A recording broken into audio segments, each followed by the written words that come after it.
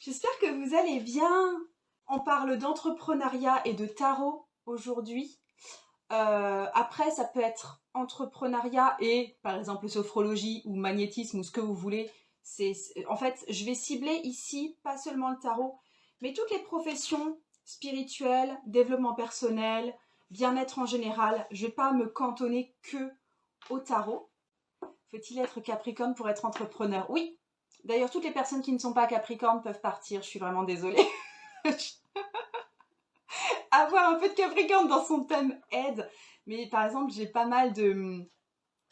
J'ai 3 planètes en Vierge. Ça aide aussi à être très carré dans la construction, dans l'organisation. Je vais commencer...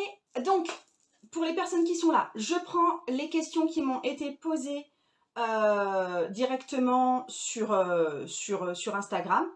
Vous pouvez poser vos questions en commentaire, je viendrai de temps en temps répondre aux questions en commentaire parce qu'il y en aura aussi. Les questions, ça va vraiment toucher l'entrepreneuriat pour les personnes axées spiritualité, bien-être, pas forcément le tarot. Et qu'est-ce que je voulais dire d'autre? Me posez pas des questions auxquelles je dois répondre de façon intuitive ou avec le tarot parce que ce ne sera pas le cas aujourd'hui. Je reste en mood cartésien, construction, je reste en mood Capricorne. Voilà, on va dire ça comme ça. Si vous êtes intéressé pour un tout petit peu d'astrologie, j'ai fait une dernière vidéo là sur YouTube qui vous permet de vous positionner en tant qu'entrepreneur par rapport à votre signe et votre ascendant. Ça peut être un bon point de départ pour commencer, tu vois, ça peut te donner un bon fil conducteur de départ, mais après, tu n'es pas du tout obligé de suivre cette tendance-là. Arrêtez de me donner tous vos signes astro. Qu'est-ce que vous voulez que j'en fasse? C'est à vous d'en faire quelque chose. Faites-en quelque chose. Donc, je commence les questions. Et puis, je vous laisse poser vos questions dans les commentaires, ok? Alors, il y a une question qui est 2 questions, donc je vais un peu décomposer. La personne m'a demandé, j'aimerais savoir comment tu gères ton temps et ton énergie pour tout ce que tu as à faire. Je trouve ça compliqué de fixer ses priorités, de tenir dans la durée. Il y a plusieurs trucs que je peux te donner. Déjà, honnêtement, je suis quand même très organisée. J'ai pas mal de trucs en productivité, tu vois, et du coup, le truc, c'est que je sais qu'on a l'impression que je bosse genre tout le temps. Alors, il y a une partie qui est absolument vraie dans la mesure où mon entreprise fait vraiment partie de ma vie et du coup, c'est rare que je sois pas en train de penser à ça. Mais par contre, du travail effectif, c'est-à-dire temps où je suis vraiment avec des clients, temps où je réponds à des mails, temps où j'organise mes trucs, temps où je vais concevoir des formations, par exemple, ça me bouffe pas. Enfin, je veux dire, je dois bosser comme une personne normale.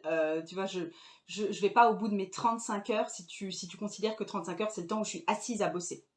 Donc, j'aimerais savoir comment tu gères ton temps et ton énergie. Moi, ce que j'aimerais... Alors, il y a plusieurs... J'avais carrément pris des notes parce que c'est des bonnes bases. Je te remercie pour la question parce que franchement, c'est top. Déjà, il y a quelque chose qui est très mis en avant de nos jours au niveau productivité, au niveau entrepreneuriat, et je le mets en avant aussi parce que je m'inscris facilement dans ce modèle. C'est le truc de... faut avoir des routines hyper établies pour pouvoir lancer sa journée et il faut en faire un petit peu tous les jours, tu vois. Effectivement, si par exemple tu essayes de concevoir, j'en sais rien, une formation et que tu en fais un petit peu tous les jours, ou tu essayes de développer ton compte Instagram et tu en fais un petit peu tous les jours, forcément, au bout d'un moment, ça s'accumule. Forcément, tu te perfectionnes au fur et à mesure du temps de façon naturelle, tu vois, sans avoir à fournir un effort monstrueux. Et du coup, au bout d'un moment, bah, tu te retournes après 1 an, tu regardes le chemin parcouru et tu regardes que tu es devenue méga surpuissante au niveau que tu as bossé tous les jours. Et c'est vrai, c'est absolument vrai, je vous conseille de faire comme ça si vous le pouvez, mais il y a des gens juste, ils fonctionnent pas comme ça, c'est pas dans leur mode de fonctionnement.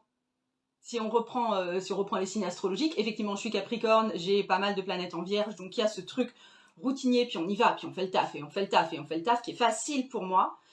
Mais j'imagine que si t'es Bélier, si t'es Sagittaire, c'est un petit peu plus compliqué de manipuler ce genre de choses. Bref, il y a des chances que toi, tu sois plus sur du one-shot. Et en fait, c'est cool aussi, tu vas pouvoir être pas sur un critère de routine. Mais par exemple, tu vas pouvoir dire, je vais bloquer une semaine entière et je vais faire ça. Je vais apprendre ça de façon massive, je vais m'immerger, je vais me couler dedans et je vais le faire et je vais le faire.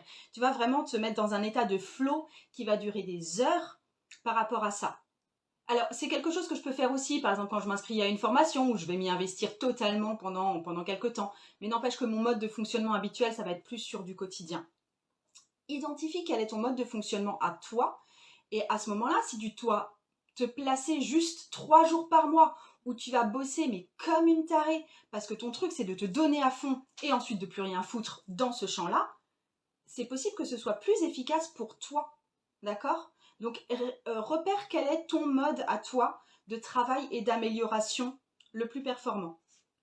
Ensuite, il y a aussi un truc où, ça c'est un truc que je remarque chez pas mal de gens en entrepreneuriat, en fait, vous allez devoir faire un espèce de dédoublement de personnalité. Il y aura votre vous organisateur, votre vous patron, votre vous donneur d'ordre, votre vous pilote, tu vois, qui dit lundi on fait ça, ça et ça. Et si on a le temps, on fera ça. Et ça, on le fera, ce sera, les fichiers seront sur ça, les autres fichiers seront sur ça, et il faudra contacter machin qui sait faire ça mieux que nous. Ça, c'est ce que j'appelle le mode patron, c'est ce que j'appelle le mode pilote. Et ensuite, il y a le mode ouvrier, le mode effectuer les tâches, le mode, si j'ai pris l'exemple du pilote, ça va être le mode avion. Vous êtes l'avion, vous volez. C'est votre tâche du jour, vous volez, c'est tout ce qu'il y a à faire, vous décollez, vous volez, vous atterrissez, et c'est fini. D'accord ? Donc il y aura toujours 2 personnes en vous, le patron, l'ouvrier, le pilote et l'avion. Le truc que vous faites pas bien, c'est que vous essayez de faire les 2 à la fois. D'accord ?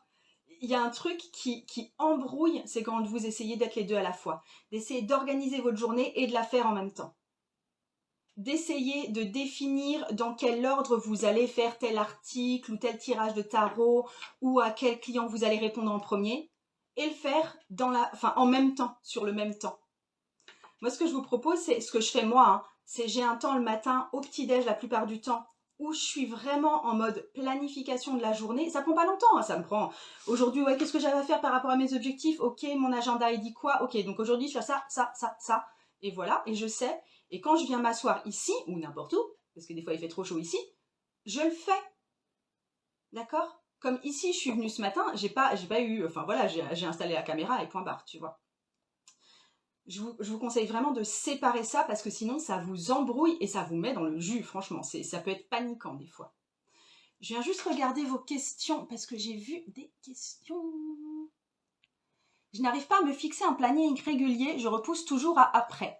Quand vous êtes en mode procrastination, c'est qu'il y a une tâche qui vous fait soit spécialement peur, et dans ce cas-là, il y a un moment, tu te fous ton coup de pied au cul et t'y vas, soit il y a un truc qui ne colle pas tout à fait avec ce que tu veux faire, avec ton énergie, avec la tournure que tu veux donner.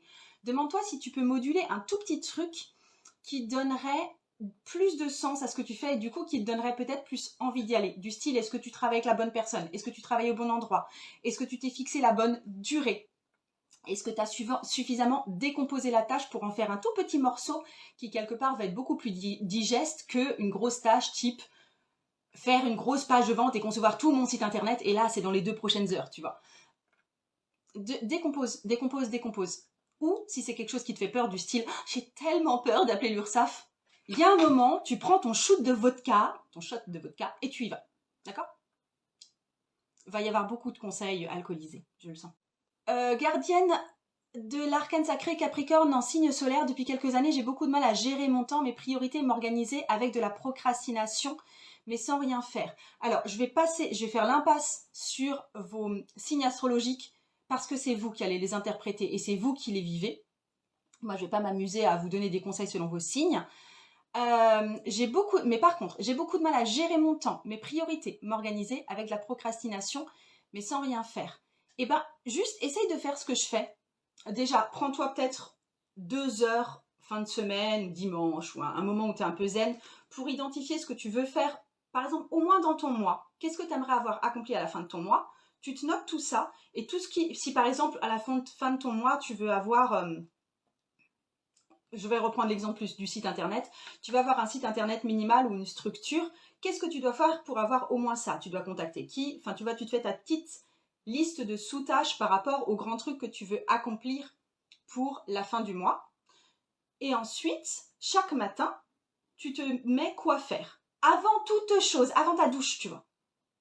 Et ensuite, il y a un moment où tu te mets en mode ouvrier. Et tu le fais. D'accord? Si c'est des incontournables pour toi, hein, parce que très honnêtement, avoir un site internet méga structuré, je ne suis pas sûre que ce soit la priorité.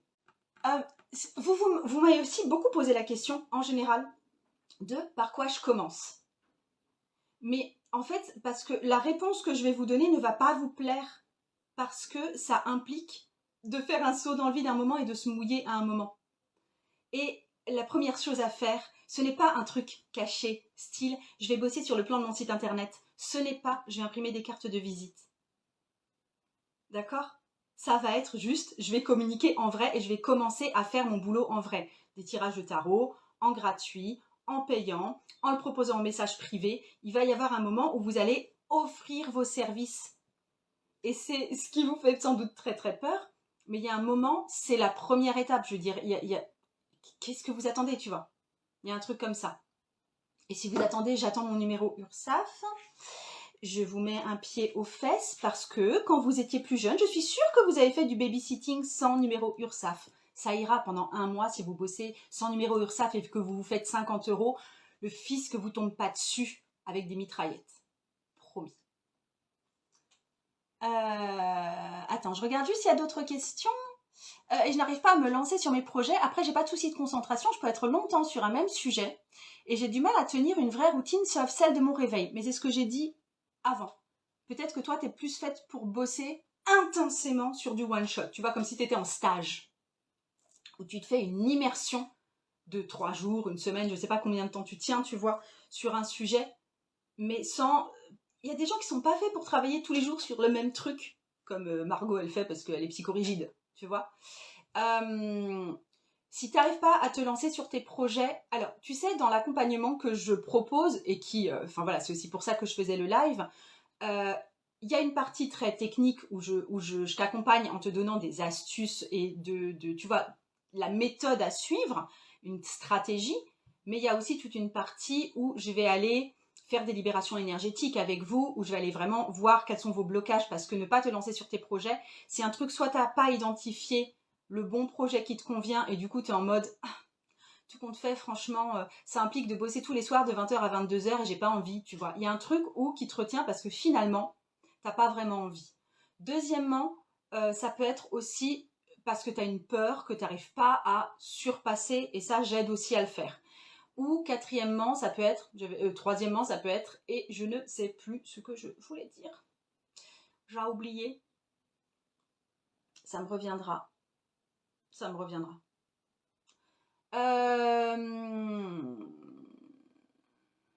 Ouais, mais tu dis tu peux tenir longtemps sur un même sujet, donc pour moi c'est ça. Attends. De mon côté, j'ai une tendance, j'ai toujours des idées pour lesquelles je suis motivée, et puis très vite je me lasse, je pense, et je monte jamais le projet car une nouvelle idée survient, ou bien je ne ressens, et après bon voilà, dégage l'idée globale par rapport à tous ces projets-là. Il y a un moment, enfin, il y a aussi beaucoup de questions qui reviennent à comment est-ce qu'on peut le faire sans douleur. Mais à un moment, il y a forcément des moments où c'est du boulot et où ça va être chiant, tu vois. Je pense que j'ai fait une autre vidéo là-dessus, que juste se dire qu'on va pouvoir travailler par passion et par flow, ça marche pas. Il y a un moment, il y a toute une partie de votre boulot qui ne sera pas passionnée. Et si vous n'êtes pas prêt à affronter ça, ça va être vraiment compliqué de vous lancer vraiment. Ok, il y a un truc de ok, je suis super motivée, je suis géniale. En fait, t'aimes bien faire le plan et après tu passes pas à l'action. Mais à un moment, il faut juste dire je suis un patron, je te donne ça à faire et donc mardi tu vas le faire. Et mardi tu le fais. Ok, il y a un moment de bêtement appliqué. Ouais, ouais, ouais. Je vais voir si je dis. Je continue avec les questions là, d'accord? La même question qui disait qu'elle trouvait ça compliqué de se fixer des priorités, et là j'avais fait tout le retour sur routine par routine. Elle dit, je me dis que ma priorité va aux formations car je veux finir, car sans elles, ça n'ira pas plus loin, mais je perds un peu confiance en moi quand je ne fais pas tout ce que j'ai en projet. Alors, la question des formations, ça vous sert des fois à repousser votre projet à l'infini. Ok ? Des fois, c'est, je suis en formation donc je ne peux rien faire. Et après la formation que vous avez faite, vous faites une autre formation. Et après cette autre formation, vous en faites une autre. C'est pas comme ça qu'il faut faire, d'accord? Je suis d'accord que des fois, vous avez besoin d'un socle et d'une formation de base. Ok, la personne, notamment qui m'a écrit, voulait faire une formation en yoga qu'elle doit terminer. Et je suis ok.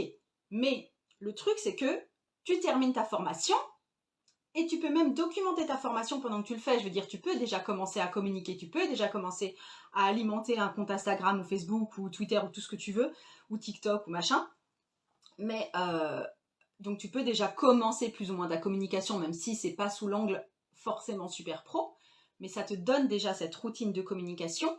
Et ensuite, une fois que ta formation est finie, même si tu as envie d'en faire une autre, un perfectionnement ou je sais pas quoi, tu t'y mets. Je veux dire, l'excuse, enfin, il ne faut pas que votre formation soit une excuse. Il faut que ce soit vraiment tu vois, un milestone à atteindre, mais après, tu vois, il y a vraiment ce truc de quand j'ai accouché, après je suis maman. Ok. Ensuite, attends, je prends les autres questions qui m'ont été posées. Ah oui, ça c'était vraiment sur l'accompagnement que j'offre. Bonjour Margot, j'ai regardé le lien. Est-ce bien des rendez-vous en tête-à-tête, les 5 rendez-vous ou un coaching de groupe? C'est un truc individuel, donc vous êtes toujours avec moi en tête-à-tête. Si tu es intéressé par cet accompagnement qui dure 3 mois, donc effectivement il y a 5 rendez-vous et c'est juste avec moi, vous n'êtes pas en groupe, tu as la possibilité de prendre un rendez-vous gratuit avec moi avant pour évaluer si c'est effectivement approprié pour toi. Ok? Le lien est dans mon... Le lien, il est où? Le lien, il est dans mon profil. Alors, bonjour Margot, j'ai 2 questions concernant l'entrepreneuriat. As-tu des livres qui t'ont inspiré pour monter ton entreprise, même qui te permettent de gérer ton entreprise? Honnêtement, il y a assez peu de livres. Je peux te nommer, mais je pense que je ne suis pas la première, la semaine de 4 heures pour tout ce qui est automatisation et créer quelque chose qui rende ta vie confortable, tu vois. Je peux te créer, enfin il y a aussi énormément d'autobiographies qui vont être hyper inspirantes. Je pense notamment à celle d'Arnold Schwarzenegger. Je sais que c'est très en décalage avec le milieu tarologique. Ouais, c'est celle qui m'a le plus inspirée, je pense. Mais après, c'est plus que, tu vois, il y a des tas de vidéos sur l'entrepreneuriat qui sont proposées sur YouTube, pas que dans le milieu spirituel, et je m'en nourris. Je veux dire, c'est pas forcément du quotidien parce que j'ai des phases avec et des phases sans, mais je veux dire, je baigne dans ce milieu constamment, déjà pour me tenir à jour par rapport aux nouveaux trucs, nouvelles formations, nouvelles machins, et aussi parce que ça imprègne mon état d'esprit, ça m'apprend à avoir des bons automatismes, mais du coup, c'était peu de lecture. Mes lectures à moi, ça va être, il y a une partie vraiment fiction et une partie pour le coup très ésotérique, tarot, instruction au niveau ésotérique justement. Mais j'ai peu de livres sur l'entrepreneuriat et c'est aussi parce que l'entrepreneuriat, l'infoprenariat, parce que c'est pour moi, c'est vraiment beaucoup en ligne, c'est quelque chose de très fluctuant, c'est quelque chose qui s'adapte semaine après semaine et du coup, les livres, c'est quelque chose, c'est un format trop lent, trop lourd. D'accord? Atomic Habits peut être bien. Qu'est-ce qu'il y avait aussi? Ça, j'en ai déjà parlé. So Good They Can't Ignore You de Cal Newport. Mais en fait, c'est surtout des références en anglais. La semaine de 4 heures est traduite en français de Tim Ferriss. Hop, attends. Ok, alors. Ensuite, attends. Et la deuxième question, c'était la même personne. Est-ce que le rendez-vous de jeudi sur Profession Spirituelle sera disponible en replay? Oui, tout à fait. Ici et sur YouTube.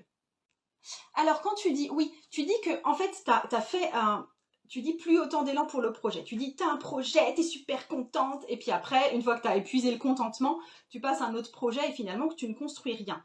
Alors là aussi, pour le coup, j'irai voir en libération énergétique qu'est-ce qui est beaucoup plus enthousiasmant à imaginer le projet qu'à le faire pour de vrai, tu vois. Il y a un blocage là, à ce niveau-là chez toi.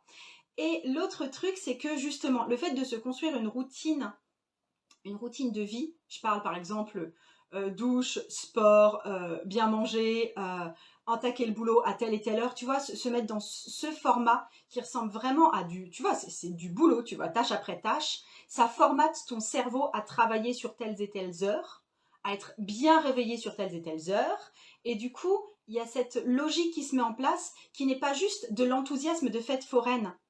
Si vous comptez uniquement sur votre motivation pour vous porter en avant, ça ne va pas marcher parce qu'il y a forcément des périodes où vous n'êtes pas motivé et où pourtant le but c'est quand même d'aller faire tourner votre truc. Donc le truc, c'est le principe des routines de vie, hein, pas des routines forcément de travail, mais des routines de vie à mettre en place, c'est de se mettre dans un état où il y a forcément, quoi qu'il arrive, cette base de travail qui va être faite. Flo Nicolas, bonjour, je suis déjà entrepreneuse dans un domaine autre que le tarot. Pas de problème d'organisation, mais j'ai du mal à trouver ma touche perso qui va définir quelle formation suivre. Psycho, tarot... Je comprends pas ta question qui va définir quelle formation suivre, mais c'est pas grave. Ce truc d'avoir du mal à trouver ta touche personnelle, écoute tes clients. Alors tu dis que c'est pas du tarot, mais on s'en fiche. Écoute tes clients quand même, parce qu'ils vont te dire, enfin tu peux leur poser la question carrément, pourquoi est-ce que tu viens vers moi? D'accord? Et ils vont te le renvoyer, ils vont te dire exactement ce en quoi consiste ta touche personnelle. Quand moi, je me définis, ouais, je suis la nana concrète, qui parle en langage concret, qui va t'apprendre à faire des trucs pratiques, vous croyez que je le sors d'où? C'est ce que tous les gens m'ont renvoyé en disant, oh, toi au moins, déjà, on comprend quand tu parles, parce que tu parles pas que en termes perchés, toi au moins, t'es pas que effectivement sur quelque chose de très suis tes rêves, machin chose, mais il y a un moment des actions concrètes que tu nous dis de mettre en place, que tu pioches ça dans le tarot ou ailleurs. Tu vois, il y avait tout ce côté-là, mais que m'ont vraiment renvoyé les gens. Tu mâches pas tes mots, des fois t'es un peu brute, mais ça fait du bien. Ça, c'est des choses qu'on m'a dites.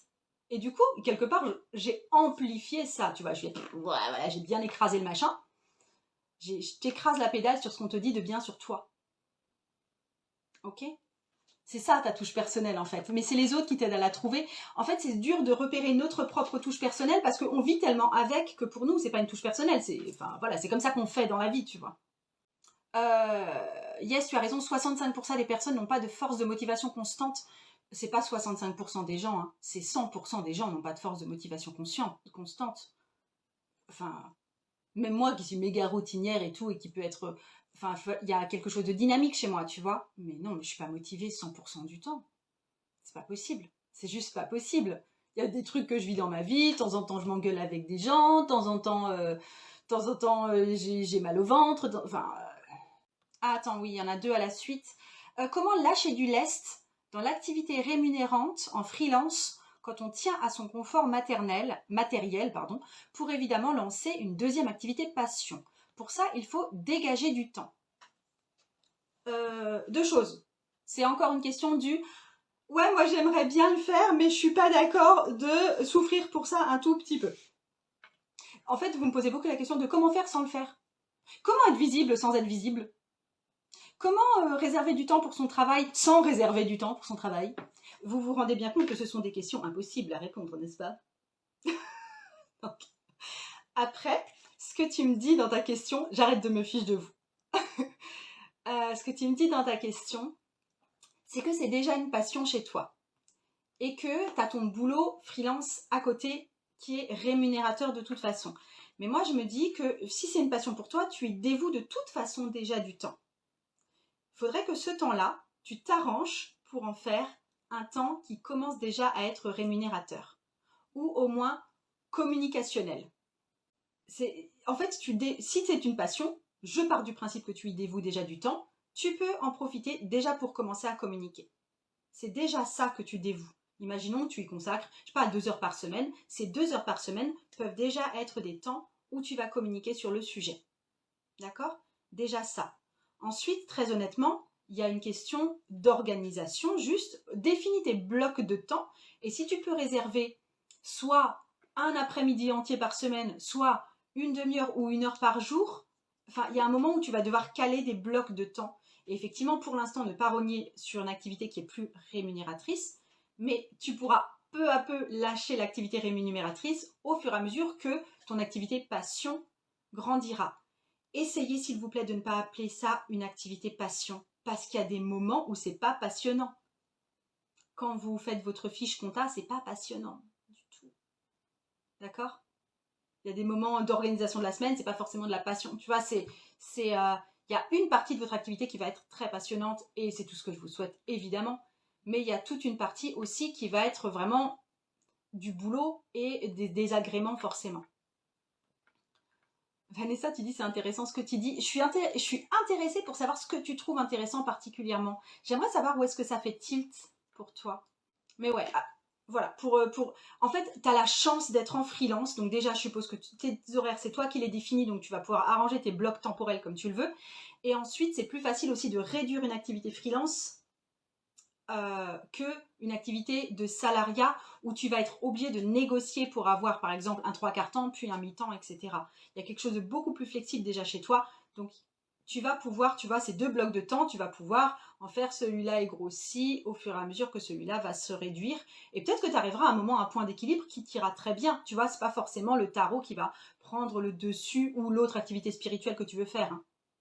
Pastel Gaïa, en tant qu'entrepreneur, on connaît bien le côté fiche, compta et facture. Ouais, tout à fait. Tout à fait.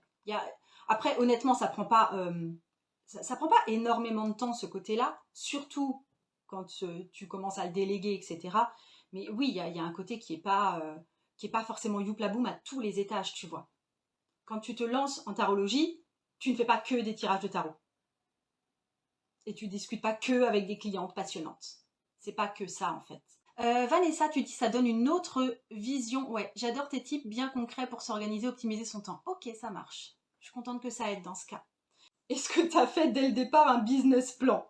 Meuf J'ai jamais fait de business plan. Le business plan, ça sert si tu montes un projet qui doit être financé.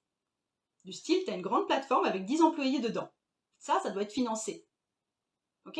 Je ne pense pas que ce soit ton cas.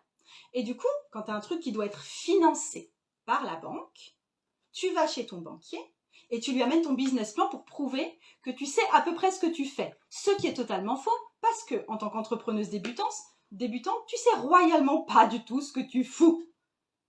Tu crois que moi je sais ce que je fous dans la vie? Non mais enfin sérieusement, il y a un moment en tant qu'entrepreneur, tu es toujours à redéfinir ton activité, toujours à redéfinir à qui tu t'adresses, ce que tu vas offrir. Et honnêtement, tu es toujours en mode mais déjà, est-ce que ça va durer le machin là? Comment ça se fait que ça marche déjà? Et qu'est-ce que je fais déjà vraiment? Enfin, tu vois, le business plan, il est constamment redéfini. Ok? Donc, je n'ai jamais fait de business plan. N'en fais pas. Franchement, à part si tu as vraiment un projet effectivement à faire financer par une banque, tu n'en fais pas. C'est quoi cette perte de temps énorme, quoi? Ce que tu fais, c'est, à la limite, je veux gagner temps. Pour gagner temps, combien est-ce que je dois avoir de clients? Pour combien de tirages tarifés? Et t'équilibres ça comme ça, ok, tout compte fait, je dois faire, je sais pas, 20 tirages par mois à tel tarif et ça me procurera tel revenu, ça me va. Ok, ça doit te faire une demi-heure de boulot et c'est une évaluation de ce que tu veux gagner, c'est un objectif de ce que tu veux gagner et c'est pas un business plan. Ensuite, est-ce que j'ai fait dès le départ un business plan? Le truc, c'est que moi, j'ai commencé en 2007 comme doula, alors qu'il n'y avait même pas encore une vraie formation. Quand la formation doula a été créée, je l'ai prise en route. Ensuite, je me suis formée en tant que psychopraticienne, spécialisation thérapie de couple. Je me suis lancée en thérapie de couple. Peu à peu, ça s'est transformé en tarologue en 2017 quand j'ai fait quelque part un espèce de coming out spirituel sur les réseaux sociaux. Mais tu vois, il n'y a pas de moment où tout d'un coup ça a commencé et paf, j'ai été entrepreneuse spirituelle. Ça s'est pas passé comme ça dans mon cas. Et du coup, il n'y a pas un moment où je me suis dit, il va falloir que je monte un business plan pour ça. T'es excellente, merci pour cette énergie qui fait du bien de mon matin. Ouais, je suis désolée, je vous engueule.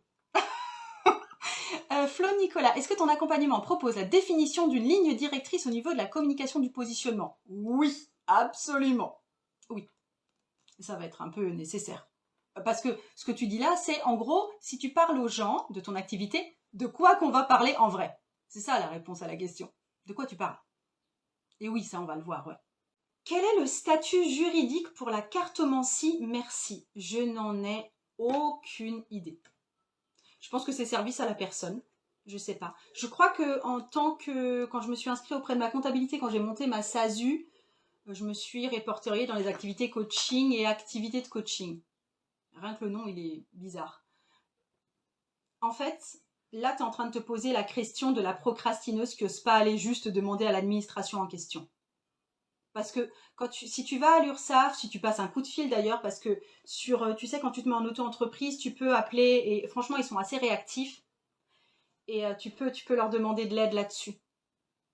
Mais, et ensuite, je veux pas donner de conseils là-dessus déjà parce que toutes ces nomenclatures évoluent aussi, donc je sais pas où est-ce que j'en suis, honnêtement. Et parce que je ne suis pas du tout spécialisée là-dedans, et parce que je sens que sous ta question, c'est « j'ose pas me lancer ». Et que je me trouve une question à la noix pour pas oser y aller vraiment. Et c'est pas moi, enfin ouais, là j'avoue que le côté juridique, j'ai des informations qui sont un peu trop light. C'est pas pour rien que j'ai un comptable et tout, ça me sert à ça, et voilà. Code NAF 8709, voyante, rose bleue, cartomancie. Oh, j'aurais détesté me mettre en tant que voyante parce que personnellement, je me définis pas du tout comme ça, tu vois. Je suis absolument d'accord, l'entrepreneuriat est une remise en question permanente, cela fait partie des impondérables lorsqu'on a une entreprise, d'autant plus lorsque l'on est artiste, créateur. Je suis d'accord. Et il y a un moment, vous saurez jamais vraiment ce que vous faites dans la vie, quoi. Il y a pas longtemps, c'est ma fille qui m'a demandé, ma fille, elle est grande, hein, elle a 15 ans, enfin, tu vois, elle est pas toute petite. Et en mode, mais en fait, maman, je dois vraiment te demander, qu'est-ce que tu fais dans la vie? La question m'a beaucoup fait rire et j'étais en mode, attends, je vais t'expliquer. Parce que c'est chaud, quoi. Alors, rose bleu cartement, si tu dis j'aime pas le terme, mais pas le choix, si, franchement, je suis pas répertoriée sous voyante et je fais ce que je fais. Non, t'es pas obligé. Après, t'es pas obligé. En fait, vous n'êtes pas obligé de dire que vous utilisez les cartes pour des activités de voyante. Vous pouvez vous dire, vous pouvez vous mettre dans la branche coach, vous pouvez vous mettre dans le service aide à la personne, vous pouvez vous mettre dans le service plus type, ouais, non, aide à la personne, effectivement, consultation de psychothérapie, ce genre de choses. Il y a juste une personne qui m'avait dit, c'était léger pour le coup, je viens de télécharger le PDF pour devenir tarologue à 1 an. Quand j'aurai terminé ma formation au tarot intuitif, j'enchaîne avec ça. Merci beaucoup pour tout ce que tu transmets gratuitement comme conseiller et autres. C'est vraiment gentil de ta part, c'est cool, merci. Et ben, j'en profite pour dire, oui, tu peux, j'ai fait un fichier à remplir qui t'aide à faire démarrer ton entreprise sur 1 an. Tu peux le trouver là aussi en lien dans mon profil, c'est dans les gratuits, dans les offres gratuites. Et enfin, et c'était la dernière question, c'est coucou, évidemment, je n'ai pas assez de place, alors je pose ma question ici. Elle est venue en message privé. Je suis cartomancienne, oracle et tarot, avant les enfants et le Covid. Avant les enfants et le Covid, j'étais prof de chant. J'ai des idées autour des arts divinatoires, de l'ésotérisme et du paranormal. J'ai très envie que ça marche, parce que ça me passionne, parce que j'en ai été témoin et parce que je suis dans une merde financière qui ne me laisse pas le choix que ça marche. Je ne sais pas par où, quoi commencer. Merci pour ton travail, au plaisir de te lire. Élodie, enquête spirituelle. Il y a un truc bien dans être dans la merde spirituelle, parce que ça oblige à se bouger les fesses. Le truc, c'est qu'il y a une obligation à ce que ça marche. Et il y a un truc que j'ai aussi envie de vous dire, c'est qu'il est peu probable que votre activité dans les tout débuts, et quand vous allez proposer vos premiers services, notamment vos premiers services payants, que ça n'accroche pas tout de suite parce que vous n'avez peut-être pas encore trouvé tout à fait la bonne formule pour vous, ou la bonne audience pour vous, ou communiquer pour vous. Il y a des chances que la première fois que vous offriez des services, ça ne marche pas d'emblée. Ou ça marche juste assez pour que ce soit cool, mais alors vraiment pas assez pour vous faire vivre. Et que du coup, ça vous mette dans une situation un peu de panique. Et c'est pas ce que je veux pour vous. Vous avez le droit, en attendant de bien décoller au niveau entrepreneurial, d'avoir un boulot salarié. D'accord ? C'est pas impossible de faire les deux à la fois. Vous pouvez très bien vous trouver un boulot à mi-temps. Et c'est d'ailleurs ce que je vous conseille si vous êtes dans la merde financièrement. D'accord ? Mais voilà.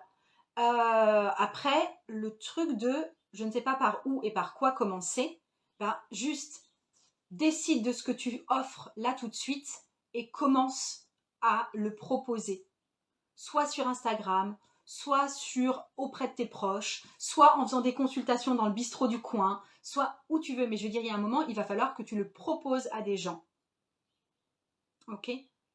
Et ensuite, en te frottant aux gens et aussi en ayant en plus une idée de combien les gens peuvent payer et tout, tu vas affiner ce que tu veux faire exactement comme service. Ok ? Parce que je sens bien que pour l'instant, tu ne sais pas exactement comment définir ton activité. Mais ça aussi, c'est quelque chose que je fais. Hein. Souvent, ça arrive extrêmement souvent quand je fais des coachings ou des accompagnements professionnels que la personne, elle vient et elle me sort tous ses champs d'activité et tous ses champs de passion. Et il y a un moyen d'unir ça en général et d'offrir un service qui est cohérent d'une part et super unique d'autre part et qui va parler mais à fond la caisse à des gens dans un cadre particulier qui n'appartiendra qu'à vous. Ça, j'aide vraiment à le définir aussi parce que, tout simplement, alors je pense pas que c'est spécialement lié à ma personne, hein, c'est juste je ne suis pas vous, je ne suis pas dans vos basques, je n'ai pas la pression que vous avez. Et du coup, c'est super facile pour moi de voir des choses. Je veux dire, c'est comme quand tu vois un couple s'engueuler, toi tu vois pourquoi ils s'engueulent et tu vois ce qu'ils devraient faire en fait. Mais eux, ils le voient pas parce qu'ils sont dans leur couple et qu'ils s'engueulent et qu'ils sont pris jusque-là en mode « Oh mon Dieu, elle ne m'aime plus » et « Oh mon Dieu, il me méprise » et voilà. Ok ? Des fois, le corps ne le permet pas malheureusement d'allier les deux.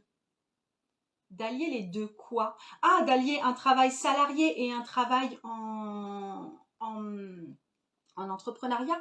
Il y a un moment, on peut se faire reconnaître handicapé quand il y a un vrai problème à ce niveau-là. Je dirais, ça sert aussi à ça. Vanessa, être soi. On peut demander ensuite à modifier, mais y a-t-il un intérêt? Perso, je l'ai fait car Solocal me cassait les pieds. Ouais, tu parles de modifier le code NAF ou autre, mais très honnêtement, en fait, mon auto-entreprise, je l'avais créée donc pour mon boulot de doula au départ. Je crois qu'après, j'avais arrêté et j'avais repris une autre auto-entreprise pour psychopraticienne. Je ne suis pas sûre, je ne sais plus du tout. Mais en tout cas, sur la même période, je ne gagnais pas complètement de quoi vivre avec mes activités d'aide, d'accord? Et j'avais trouvé, je bossais aussi en freelance et je faisais des transcriptions. Faire des transcriptions, c'est, on m'envoyait des fichiers audio, ça pouvait être des conférences, j'ai transcrit, pardon, des conseils municipaux, beaucoup de conférences, j'ai beaucoup aimé ça. Des fois, c'était des, voilà. Donc, je faisais des transcriptions, je tape très vite. Et donc, je faisais ça. Et quand j'avais déclaré mon auto-entreprise, c'était sur le fait de faire des transcriptions. C'était télétravail, transcription ou un truc comme ça, ou assistante administrative. Je ne sais plus quel était le terme exactement, mais ça entrait sous quelque chose d'administratif. J'ai quand même continué à faire mes autres activités. J'ai juste rajouté une seconde activité qui était plus, j'avais besoin d'être couverte, tu vois, pour les ateliers que je faisais. Donc, j'ai mis animation d'atelier, machin chose. Roule. Et c'était tout. Et le premier titre, c'était quand même rédactrice, transcription, voilà. Et c'est que quand j'ai ouvert ma SASU, il y a 2 ans maintenant, un peu plus de 2 ans, que là, j'ai redéfini le truc parce que c'était une autre société que je montais. C'est ça que j'arrive pas à trouver mon fil rouge. Alors, déjà, tu peux venir me voir. Et deuxièmement, commence par un truc. Ça vient souvent après. Enfin, je veux dire, vous le voyez bien dans mon activité, vous voyez bien que je fais plein de choses différentes. T'as le droit, vous avez le droit de changer. Il n'y a rien qui est... Si vous commencez par exemple à proposer juste des lectures d'oracle en divination et que vous vous rendez compte au bout de 6 mois que c'est pas votre truc, mais personne ne va rien vous dire.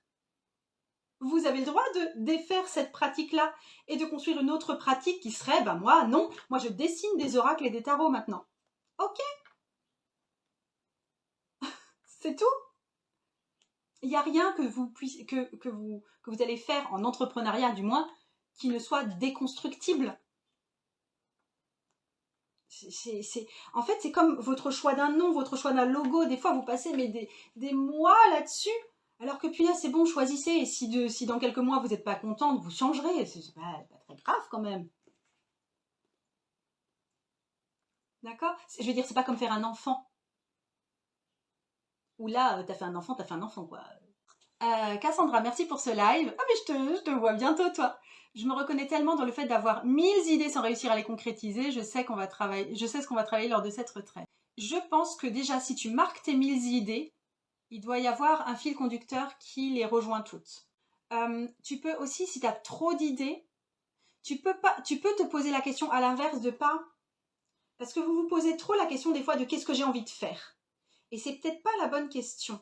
La bonne question, c'est peut-être plus avec qui j'ai envie de travailler, qui j'ai envie d'aider. Et une fois que vous avez votre... quelle grande cause j'ai envie de faire évoluer.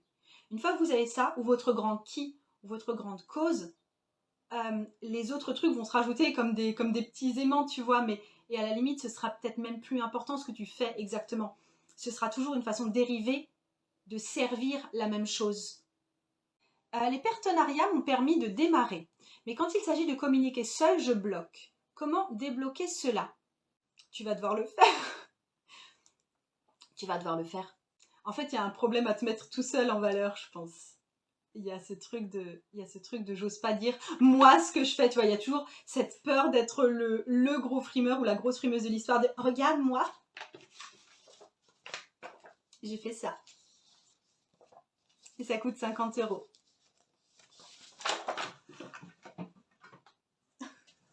Tu vois, je comprends ce truc d'avoir peur de s'exposer et de parler de son activité et de se mettre en lumière. Mais tu peux faire ce que je fais en ce moment, tu vois. Mine de rien, je suis en train de te vendre un programme d'accompagnement individuel sur 3 mois et tu peux prendre un appel gratuit avant avec moi si tu as envie de me parler avant. Ok? C'est ce que je suis en train de te vendre. Mais quelque part, ce qui rend cet acte de vente super sympa, c'est que je suis là et que je réponds à vos questions et que je vais donner de mon temps pour répondre à vos questions, pour donner ma perspective sur les choses, ce qui va aussi te permettre de voir si tu colles avec mon énergie ou franchement tu me trouves affreuse et ce sera jamais possible de bosser avec moi. Mais tu vois, tu peux trouver des méthodes d'interaction où tu vas soit un peu raconter ta vie, soit un peu raconter ce que tu fais, soit un petit peu donner des astuces qui vont donner aux gens de venir vers toi sans que tu sois forcément en mode, comme j'ai dit, et voilà ce que je fais. Et le voilà ce que je fais, ça marche pas en général, tu vois. Et ensuite, quand j'ai des cas comme ça, effectivement, que j'accompagne, libération énergétique là-dessus parce qu'il y a un problème à se faire mousser soi tout seul. Donc Cassandra, que penses-tu du côté multipotentiel ou multibusiness? J'aime pas trop ces mots, mais je ne sais pas si je procrastine en me trouvant des excuses ou si justement je suis attirée par le fait de le faire. J'y crois, bien sûr que j'y crois. Je veux dire, je vais pas dire à une personne qui est multipotentielle, qui a la possibilité de faire beaucoup de choses, de dire non, non, toi c'est pas vrai, non, non, toi tu es fait pour faire qu'une chose dans ta vie. Non, je veux dire, d'où est-ce que je pourrais me permettre de faire ça? Mais ceci dit, je vais te faire un beau schéma. Ceci dit, je pense que ce n'est pas possible de développer plusieurs activités en même temps, que tu es voué à l'échec si tu fais ça. Pour moi, c'est tu développes une activité solide, tu es connu pour ça, et après tu pourras faire développer tes autres champs de compétences à côté en plus, tu vois. Par exemple, moi je pourrais, j'en sais rien moi, j'en sais rien. Imaginons, je pourrais avoir mon activité là, tu vois, en ligne, où tout tourne autour des formations autour du tarot et d'enseigner le tarot comme outil de connaissance de soi, voilà, mon activité. Et je pourrais peut-être à côté développer une activité d'événementiel ici dans ma ville à Troyes, où je mets en rapport les lieux, les traiteurs, les gens qui veulent faire des événements, de préférence des thérapeutes parce que c'est un public dont j'ai l'habitude, et que je pourrais développer ça. Et ce serait super, et ce serait une super idée. Et si jamais je manque d'argent, je pourrais en plus reprendre mon activité de transcription. Parce que transcrire, les conférences des fois en histoire du professeur machin, franchement, ça me bottait à fond la caisse. Ça me permettait d'apprendre plein de choses. Donc je pourrais avoir ces 3 champs d'activité. Mais quand il s'agit de le développer, de mettre un vrai, tu vois, de mettre l'élan qu'il faut pour démarrer un truc, pour me faire connaître dans le truc, je ne vais pas pouvoir m'éparpiller et faire 2 heures de machin, 2 heures de voilà, je suis Margot la tarologue, et 2 heures de je suis Margot qui fait de l'événementiel, et 2 heures de Margot qui fait des transcriptions. Ça, je pense que c'est pas possible. Je pense qu'il y a un moment où tu vas devoir t'attaquer à un truc, le faire, et te dire qu'effectivement, même si tu veux faire de ta vie quelque chose de plus multifonction, ça c'est possible. Tu vois, il y a par exemple, il y a pas mal de gens qui font de la cartomancie et qui à côté de ça proposent une activité d'artisanat. Je te montre le truc. Ça, c'est ton point de départ, d'accord? Chaque petite flèche que je vais faire représente une action. Tu fais une action vers la tarologie. Tu fais une action vers, je sais pas, peut-être que tu es coach en organisation. Tu fais une action vers vendeuse de vêtements et tu fais une action vers tes enfants parce que tu as des enfants, d'accord? Tu as fait 5 actions qui t'ont fait faire à chaque fois un mini petit pas. Maintenant, tu reprends ça et tu fais une action vers la tarologie, une action vers la tarologie, une action vers la tarologie, une action vers la tarologie, une action vers la tarologie. Je t'assure que tu vas aller beaucoup plus vite et beaucoup plus loin. D'accord? Si tu mets toutes tes actions alignées bout à bout dans la même direction pendant un temps donné, et tu peux dire que tu vas y investir du temps pendant par exemple 6 mois, franchement ça va mieux marcher. Juste ça va mieux marcher. D'accord? Donc c'est pas que je crois pas au multipotentiel, au contraire, c'est une façon de fonctionner humaine, Mais quand il s'agit, si tu veux lancer un projet qui marche et qui ne soit pas salarié, tu vois, ou c'est pas quelqu'un d'autre qui porte le projet, finalement, tu vas être obligé d'y investir massivement du temps sur un seul truc, même si c'est douloureux. Vanessa, être soi. Légèreté, bordel. Aujourd'hui, j'essaye de voir la vie comme un jeu. Ça m'aide à passer à l'action. C'est une très bonne perspective aussi. Rien de tout ça n'est sérieux. La période où je manquais vraiment de sous et que j'étais une entrepreneuse pauvre, j'avais beaucoup de mal à prendre les choses avec légèreté. La légèreté n'est possible que quand il n'y a pas trop de pression financière. Sinon, je trouve ça super chaud, quoi. Enfin, en tout cas, moi, j'ai eu du mal à le faire.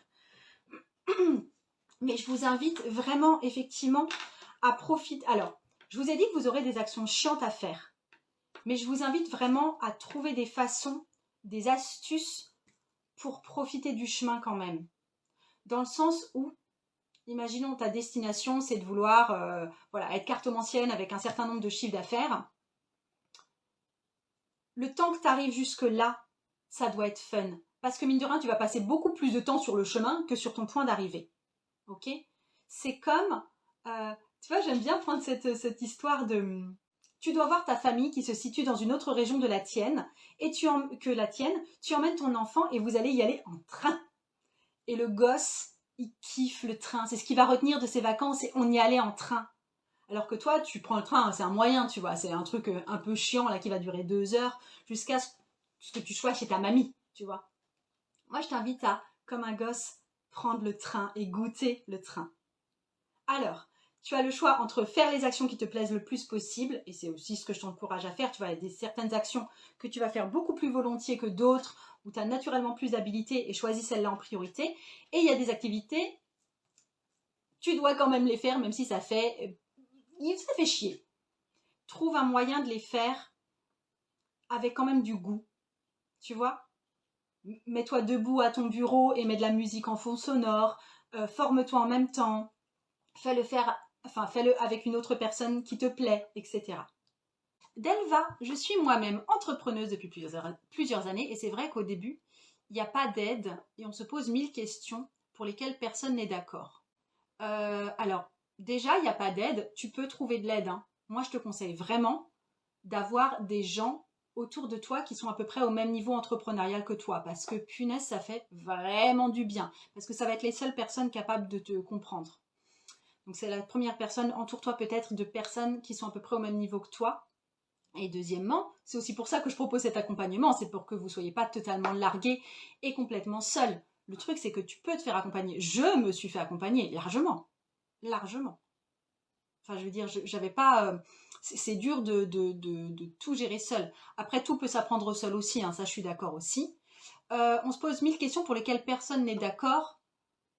Tu vas juste demander... Enfin, il faut s'habituer quand vous... Ne dites rien aux personnes qui n'y connaissent rien. Et demandez leur avis aux personnes qui ont fait la route avant que vous, ou qui en sont à peu près au même niveau, ou voilà, qui ont déjà une petite idée de ce que c'est. Si vous n'avez jamais fait l'amour, vous n'allez pas demander à quelqu'un qui est prépubère comment qu'on fait. Vous allez peut-être demander à quelqu'un qui a commencé son parcours sexuel il n'y a pas très longtemps. La peur de l'administration est là et c'est normal pour les débutants. Tu crois? Je pense que la peur de l'administration, c'est juste un palier, c'est juste, en fait, ce qui vous fait peur dans l'administration, c'est que ça officialise les choses et que vous avez peur que ce pas-là soit hyper compliqué, alors que, en fait, franchement, c'est grand max 2 heures de paperasse chiante. Après, c'est fini. Mais c'est tout. Et quelque part, c'est votre grande excuse pour procrastiner. Mais tu as tellement raison de dire qu'il faut se lancer. Ouais, mais en fait, c'est votre grande question, c'est comment on fait pour se lancer. Et ma réponse infinie, c'est en se lançant. Et quand vous me demandez encore, ouais, mais par quoi exactement commencer? Mais vous le savez très bien, c'est juste que vous avez besoin de vous pousser comme ça. Mais y a-t-il d'autres dates de retraite prochainement? Non, mais il y a encore 4 places pour la retraite là. Il y aura pas de... En fait, déjà, les tarifs retraite vont vraiment augmenter. Parce que si je veux en faire une vraie activité, il faut que ça ait du sens aussi financièrement. Et que honnêtement, j'offre quelque chose que tu ne vois pas ailleurs. Et ensuite, il y en aura sans doute moins. aussi. Là, j'avais commencé toute l'année 2021, j'avais fait des retraites tous les 3 mois. Et une de plus en niveau 2. Et là, il y aura moins que ça. En automne, il n'y en aura pas. Il y en aura une en niveau 2 en automne. En fait, mais ça c'est pareil pour tous les services que vous voyez. Ne comptez pas sur, mais ça durera sans doute tout le temps. Donc j'ai le temps de... Enfin, non, si c'est un truc qui vous intéresse, en général, c'est toujours maintenant le bon moment. Tu attendras pas tes 50 ans pour faire ton premier enfant si tu as envie de le faire. Tu vois? Après, c'est sans doute, pour beaucoup de personnes, ce n'est pas la priorité, et du coup, c'est pas votre priorité, et ça, c'est complètement ok pour moi, quoi. Pastel, tu dis, gna gna, c'est vrai que l'admin est une charge psychologique, mais c'est une mini-étape au final, cela dit. Je suis freelance en Suisse et je crains de devoir m'affronter avec l'admin française si je reviens en France. Oui, je comprends, l'administration française, c'est chiant. Vanessa, être soi, je me reconnais bien, plein d'idées et de choses qui m'appellent, sauf que je me suis dispersée et je n'avais pas le temps et l'énergie d'être à fond dans chaque domaine pratique. Il y a un moment, vous allez devoir renoncer à certains champs d'activité pour pouvoir déployer à fond un truc. Je veux dire, si vous avez déjà un boulot à plein temps, que vous venez d'accoucher, que vous avez déjà 3 gosses, que c'est vous qui gérez seul à la maison, et que en plus vous voyez vos amis 3 fois par semaine le soir, il y a un moment, il y a un champ sur lequel il faut se retirer un petit peu pour pouvoir investir une nouvelle activité. Développer une activité va vous demander quand même un minimum de temps et il va vous falloir faire ce temps-là. À force de vouloir faire trop de choses en même temps, on se perd. Oui. Delva, je suis en train de développer une seconde activité en temps et j'aimerais savoir si tu préconises un seul compte Insta ou 2, sachant que les 2 activités sont différentes mais peuvent être complémentaires. Si tu trouves un moyen de les rendre vraiment complémentaires, utilise un seul compte parce que tu vas capitaliser sur ton audience. Après, si pour toi ce sera 2, ça dépend si toi tu le vois comme dans ton champ d'activité comme 2 trucs bien séparés ou si tu penses que ça va se rejoindre à un moment. En fait, ce qui m'a permis moi, par exemple sur Instagram, d'avoir une communauté assez forte, assez vite d'ailleurs, c'était que les gens m'avaient suivi. Il y a des gens qui m'ont suivi depuis que j'étais doula et que j'avais communiqué à ce moment-là beaucoup sur Facebook. Ensuite, j'ai toujours communiqué beaucoup sur Facebook en étant psychopraticienne en thérapie de couple. Et c'est toujours les mêmes personnes aussi qui m'ont suivi ensuite vers mon mouvement plus spirituel. Donc je pense que les gens qui te suivent avant tout pour toi, pour ton énergie, pour ce que tu dégages, pour tes façons de faire, pour tes méthodes. Et que peut-être c'est pas si important que ça exactement ce que tu fais. Pose-toi la question. Hein. Après, peut-être que toi, t'exposes juste ce que tu fais. Par exemple, imaginons tu fais des tableaux animaliers et que tout d'un coup, tu veux devenir dresseuse de chiens. Effectivement, ça se rejoint à un moment. Mais est-ce que, tu vois, sur un compte Instagram, est-ce que c'est cohérent au niveau image? Je ne sais pas. Barbara, tu dis la retraite est une expérience magnifique et magique. Il y a définitivement un avant et un après. C'est gentil, Barbara. Oh, j'aurais trop envie de te revoir. Notre atelier, être artiste, parfois j'y vois une profession spirituelle, qu'en penses-tu? Oui, je pense que être artiste, il y a forcément une part de spiritualité dedans. Après, j'ai jamais été artiste autant au sens de vendre mon art et du coup j'ai pas beaucoup plus de perspectives là-dessus. Justement, si vous êtes intéressé pour aller plus loin, comme je vous l'ai dit, vous avez la possibilité au lien en fait dans mon profil de prendre un rendez-vous. On papote pendant 30 minutes ensemble. Je vous pose des questions en fait sur votre activité pour savoir exactement où vous en êtes, ce qui va pas, où est-ce que vous aimeriez aller, etc. Et ensuite, je vous offre déjà mon point de vue sur votre activité et je vous dis, moi, où est-ce que je peux vous emmener dans 3 mois et ensuite, comment ça va se passer par la suite pour vous, où est-ce que vous pouvez aller, disons d'ici 1 an. Et je vous dis les axes de travail qu'on va avoir de façon plus précise également. Donc vous repartez quand même avec cet appel avec un espèce de pattern de ce qui va être possible avec moi et un peu plus de clarté vis-à-vis de votre entreprise et de où vous en êtes également. Et ensuite, si vous êtes OK après cet appel, vous pouvez souscrire effectivement à cet accompagnement. Sachant que oui, j'ai 10 places et 10 places quoi. Ton accompagnement est-il intéressant pour une personne comme moi qui crée et vend mon art? Je ne sais pas.